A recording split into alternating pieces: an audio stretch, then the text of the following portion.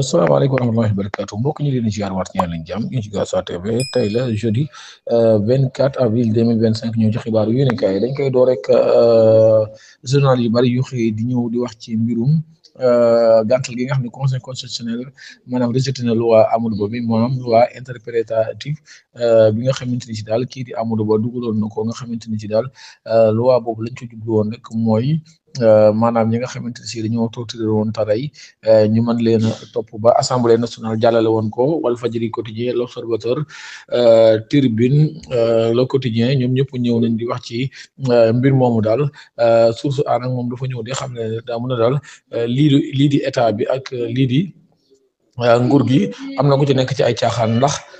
ñoom ñëpp kenn ku ne yaa ngi fëgg sa dënn di wane ne yow yaa am ndam ndax Ousmane Sonko sax wax ne daal mbir mi daal ñoom ñoo am ndam ndax justice bi ni mu doxalee ci mbir mi comme daal lii daal jox na opposition bi leçon nga xamante ne daal ñoom jàpp nañ ne maanaam justice kumba am ndey justice kumba amul ndey opposition bi nag defe ne maanaam ñoom ñoo am lii di victoire ndax ñoom ñoo demoon ci conseil constitutionnel boole. Gannaaw ba ñu jógee foofu nag dañuy ñëw ci témoigné mu ñëw ci di wax ci ñi nga xamante ne si ñoo war a taxaw ci kanamu lii di haute cour de justice ñu ne nag xam nañ leen nag ñu ne kii nga xamante ne si mooy Sophie Gladima ak ki nga xamante mooy Moustapha Diop ak Mansour Faye Ndeye Khady Diop ak Ismaïla Madior Fall nag moom mi nga xamante ni si nag turam gis nañ ko ci li nga xamante ni si nag mooy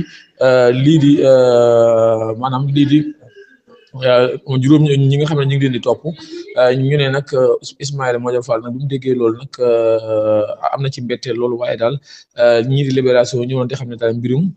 corruption lañ koy toppee ñu ne daal ay tabaxu li jëm ci wàllum lii di